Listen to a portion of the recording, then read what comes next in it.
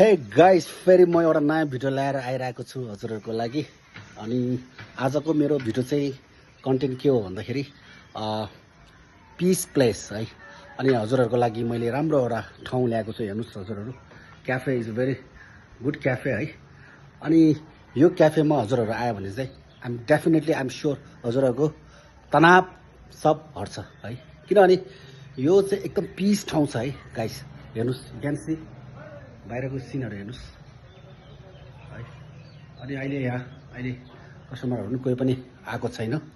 So you guys one more try के you just come to here and you visit here. Like साथीसँग पनि आउनु सक्यो, आफू एक्लै पनि आउनु सक्यो होइन। हाम्रो लाइफमा कति तनाव हुन्छ गाइस, त्यो तनावलाई दूर गर्नको लागि चाहिँ यो ठाउँ एकदम चुम्मेश्वरी है। सो यति भन्दै म हजुरहरूलाई फेरि नयाँ भिडियो ल्याउँछु भन्दै आज छुट्यौँ है त।